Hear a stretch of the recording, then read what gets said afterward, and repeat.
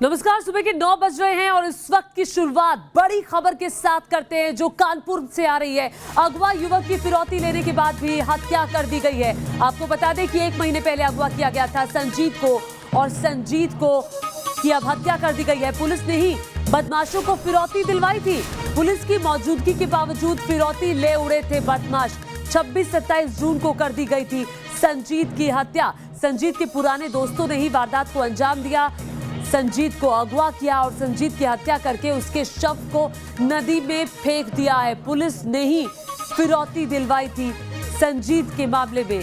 संजीत का शव फिलहाल नहीं मिला है, पुलिस की तलाश जारी है। जब से संजीत की मौत की खबर उसके परिवार को मिली है तब से परिवार सदमे में है। मां और बहन का रो रो कर बुरा हाल है। कानपुर से इस वक्त बड़ी खबर आ रही है। बर्रा अपहरण मामले में पुलिस लगातार अपहृत युवक के शव को तलाशने में जुटी है, लेकिन आप घर का हाल देखिए। यहाँ परिजनों का रो रो कर बुरा हाल है। लगातार परिवार वालों की स्थिति बिगड़ती जा रही है और जो परिवार है घर में, जो मृतक संजीत की बहन है, उनकी माँ है, उनकी हालत लगातार बिगड़ रही है। लगातार वो पुलिस के खिलाफ उनका गुस्सा वो देखने को मिल रहा है, क्योंकि उनका आरोप है कि पुलिस की लापरवाही के चलते ये सारा जो ये घटना घटी वो पुलिस की लापरवाही उसमें सबसे बड़ी है। लगातार घर की जो महिलाएं हैं, अगर आप वो देखिए तो उनका रो रो कर बेहद बुरा हाल है। और पुलिस यहाँ पर कुछ देर पहले पहुंची है और पुलिस को देखकर ही परिवार एक बार फिर से भड़क गया है, क्योंकि पुलिस पर सबसे ज़्यादा नाराज़गी यहाँ पर है। कुछ देर पहले यहाँ पर सीओ गोविंद नगर पहुँचे थे, लेकिन जब परिवार ने उनको देखकर जब परिवार भड़क गया तो यहाँ से तुरंत चले गए। लेकिन यहाँ पर फिलहाल 1-2 पुलिस वाले हैं जो मौजूद हैं, जिनकी ड्यूटी यहाँ पर लगाई गई है। लेकिन सबसे ज़्यादा जो परिवार है देखिए, वो पुलिस के खिलाफ ही गुस्सा है। उनका जो गुस्सा भड़का हुआ है वो पुलिस के खिलाफ है और अपने भाई की शव के लिए ये लोग परिवार बेहद परेशान है। और ये बहन है, रुचि इनका नाम है, संजीत की बहन है। और लगातार ये पुलिस पर आरोप लगा रही थी कि पुलिस ने पैसा भी दिलवा दिया अपहरणकर्ताओं को, और उसके बाद जो उनका बेटा था, उनका जो भाई था, उनको रिकवर नहीं करा सके। तो फिलहाल तलाश जारी है। परिवार की जो संजीत की बहन है, जो माँ है, उनको लगातार लोग समझाने की कोशिश कर रहे हैं, लेकिन यहाँ पर परिवार का रो रो कर बुरा हाल है। और पुलिस है वो पांडु नदी में जो मृतक संजीत है उसके शव को तलाश रही है। तो संजीत के परिवार वालों को देखिए आस थी कि संजीत के लिए फिरौती भी दे दी गई है, अब शायद बेटा घर आ जाएगा। लेकिन देखिए उसके बावजूद भी जब बेटा घर नहीं आया, बेटे की हत्या की खबर घर पे आई, तो किस तरह से मातम का माहौल है। परिवार का रो रो कर बुरा हाल है। माँ, बहन, परिवार वाले, रिश्तेदार, पड़ोसी सभी इस उम्मीद में थे कि संजीत आ जाएंगे। संजीत की हत्या कर दी गई है 1 महीने पहले की ये वारदात, और इस पूरी घटना के बाद अब कानपुर पुलिस की किरकिरी हो रही है।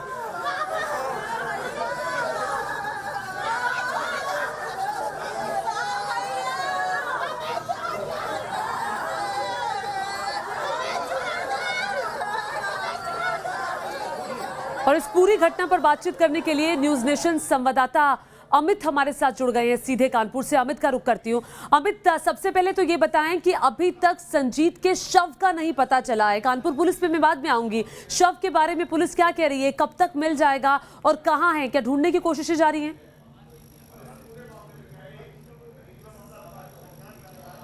देखिए ज्योति, पांडु नदी में बताया जा रहा है कि जो आरोपी है उन्होंने पांडु नदी में शव को फेंक दिया था। लगातार पांडु नदी में तलाश चल रही है। पीएसी की टीम है, स्टीमर की मदद ली जा रही है और कुछ गोताखोर हैं। लगातार जो शव को तलाशने का काम किया जा रहा है। कल भी तलाशा गया था, लेकिन जब रात हो गई तो उसके बाद सुबह दोबारा काम शुरू करने की बात कही गई थी, और जब सूरज निकला तो उसके बाद एक बार फिर से सर्च ऑपरेशन शुरू किया गया है। एक बार फिर से जानकारी ये मिल रही है कि लगातार सर्च ऑपरेशन चल रहा है, लेकिन अभी तक पुलिस को कोई सफलता नहीं मिली है, क्योंकि 26-27 जून के दरमियान बताया जा रहा है कि उनकी हत्या करके शव को पानी में फेंका गया था। तो शव को मिलने में इसीलिए बड़ी दिक्कतों का सामना करना पड़ रहा है, लेकिन जो पुलिस है उसका ये मानना है कि शव को जल्दी रिकवर कर लिया जाएगा। इस वक्त मैं जहां पर हूं ज्योति, एक अपडेट ये दे दूं कि थोड़ी देर बाद जो एसएसपी कानपुर हैं दिनेश कुमार पी, वो यहाँ पर प्रेस कॉन्फ्रेंस करने वाले हैं, और जो आरोपी हैं और कैसे लीड मिली, इस पूरी जो तफ्तीश को कैसे आगे बढ़ाया गया और कैसे इसका खुलासा हुआ पूरे मामले का, इसकी जानकारी देंगे। लेकिन जो परिवार है उनका रो रो का बुरा हाल है, क्योंकि लगातार वो मांग कर रहे हैं कि शव को उनको ढूंढकर उनके पास। जी जो अमित, आप इस पूरे मामले को ट्रैक कर रहे हैं पिछले एक महीने से, जब से अपहरण हुआ है संजीत का, उसके बाद रिपोर्ट दर्ज कराई गई, फिर 26-27 तारीख को अब जानकारी आ रही है कि तभी हत्या कर दी गई थी संजीत की। इस पूरे मामले को आप कैसे देख रहे हैं और क्या आपको लगता है कि कानपुर पुलिस की इस मामले में फिर से किरकिरी हुई है, पुलिस की जो कार्यशैली है उस पर सवाल उठ रहे हैं?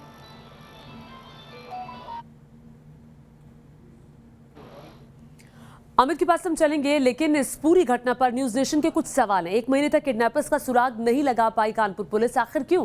क्या कानपुर का संजीत हत्याकांड कानपुर पुलिस पर धब्बा है? ये सबसे बड़ा सवाल है, क्योंकि कानपुर पुलिस की कार्यशैली पर यहाँ पर सवाल उठ रहे हैं। और एक और सवाल जो महत्वपूर्ण है वो ये कि आखिर कानपुर पुलिस की नाकामी से परिवार का चिराग बुझ गया। परिवार को आस थी कि हमने फिरौती दे दी है, पुलिस की मौजूदगी में फिरौती दी जाती है, पुलिस ने फिरौती दिलवाई, उसके बावजूद भी बेटा घर नहीं आया। पुलिस की नाक के नीचे कैसे ले गए 30 लाख की फिरौती बदमाश? ये भी अपने आप में बहुत बड़ा सवाल है और इसीलिए पुलिस की कार्यशैली पर सवाल उठ रहे हैं कि क्या पुलिस इस पूरे मामले में फेल साबित हुई है। देखिए, संजीत के परिवार वालों का रो रो कर बुरा हाल है। संजीत के परिजनों का आरोप है कि इस हत्या के लिए पुलिस भी जिम्मेदार है। अभी भी कुछ क्लियर नहीं बता रही है, पुलिस छुपा रही है, लेकिन हमें सब पता। मेरा भाई मेरे हाथ में नहीं है, वो अब भी मुंह चुरा रही है। मुंह दिखाएगी भी तो किस मुंह से? उन्होंने ऐसा कहा भी किया, हमारा भाई मेरे साथ नहीं रहा। और इस पूरी घटना पर अब कानपुर की पुलिस सफाई दे रही है, कह रही है संजीत के दोस्तों ने ही उसका कत्ल किया। 23 जून को एक युवा संजीत की गुमशुदगी लिखी गई थी। बाद में 26 जून को उसको एफआईआर में तरमीम किया गया 364 में। 29 जून को फिरौती है तो कॉल आया है उनके परिवार वालों के पास। इस मामले में अलग से टीम गठित किए थे क्राइम ब्रांच और सेल ब्रांच की।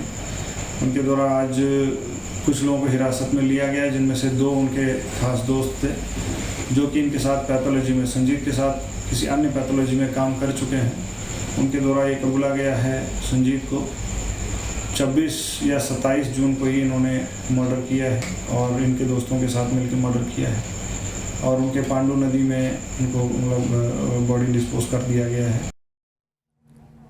पांडू नदी में शव की तलाश की जा रही है। आपको बता दें, कानपुर फिरौती और मर्डर केस में प्रियंका गांधी का ट्वीट आया है।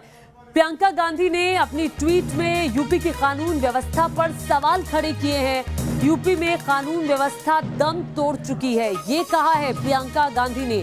आम लोगों की जान लेकर मुनादी की जा रही है। विक्रम जोशी के बाद कानपुर में अगवा संजीत यादव की हत्या। कानपुर फिरौती और मर्डर केस में प्रियंका गांधी का ट्वीट, सरकार पर निशाना साधा। यूपी की कानून व्यवस्था दम तोड़ चुकी है, ये कहा। आम लोगों की जान लेकर मुनादी की जा रही है। विक्रम जोशी के बाद कानपुर में अगवा संजीत यादव की हत्या हुई है।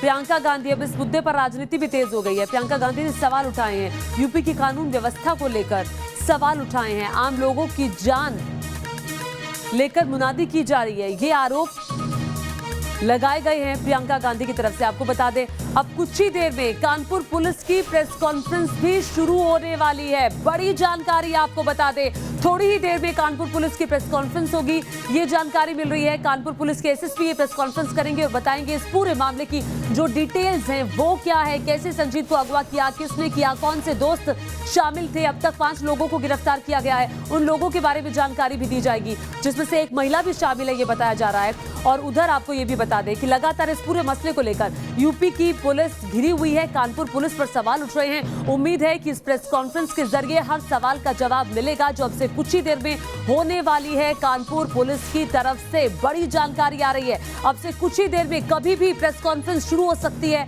और ये प्रेस कॉन्फ्रेंस हम न्यूज नेशन पर भी आपको दिखाएंगे कि आखिर कानपुर पुलिस संजीत मामले में क्या कहती है। दोस्तों ने ही संजीत का कत्ल किया था, जो अभी पुलिस की तरफ से बयान आया उसके मुताबिक। उसके बाद उसे उनके शव को, संजीत के शव को नदी में फेंक दिया गया और अभी तलाश की जा रही है शव की तलाश की जा रही है, लेकिन परिवार वालों का रो रो कर बुरा हाल है। बड़ी बात यह है कि 30 लाख रुपए की फिरौती की मांग की गई थी बदमाशों की तरफ से।